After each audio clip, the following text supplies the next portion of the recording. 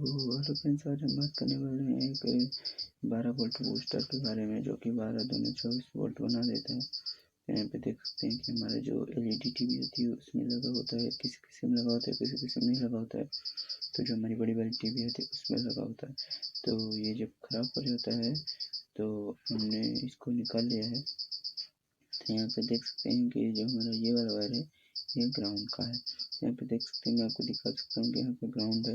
तो इसके ग्राउंड वाले को ग्राउंड वाले में कनेक्ट कर देंगे। तो यहाँ पे देख सकते हैं।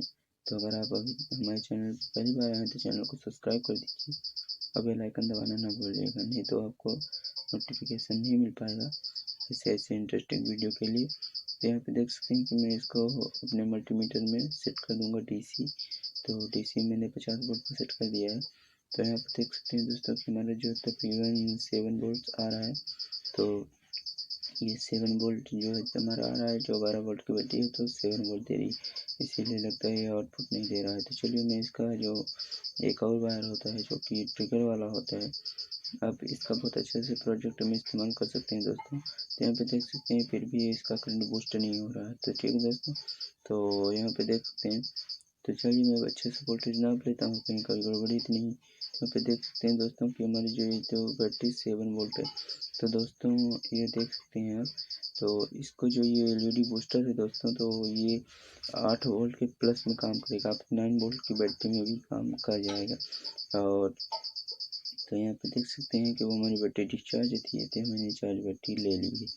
ये यूपीएस वाली हमारी बैटरी है। तो चलिए अब हम इसको चेक करते हैं। तो इसको चेक करेंगे तो यहाँ पे देख सकते हैं दोस्तों कि इसमें तकरीबन 10 वोल्ट के तकरीबन आ रहा है। तो 10 वोल्ट हमारा आ रहा है दोस्तों। तो यहाँ पे देख सकते हैं, तो ये जो हमारा अब 8 या 10 वोल्ट के तकरीबन आ रहा है, तो यहाँ तक मेरा वोल्टेज जा रहा है। तो चलिए मैं डिजिटल मीटर में आपको नाप के दिखा देता हूँ कि अच्छे से काम कर रहा है या नहीं कर रहा। ठीक है दोस्तों, इसको हमने 20 वोल्ट एसी पर सेट कर दिया है। तो यहाँ पे देख सकते हैं हमारा मल्टीमीटर आ गया।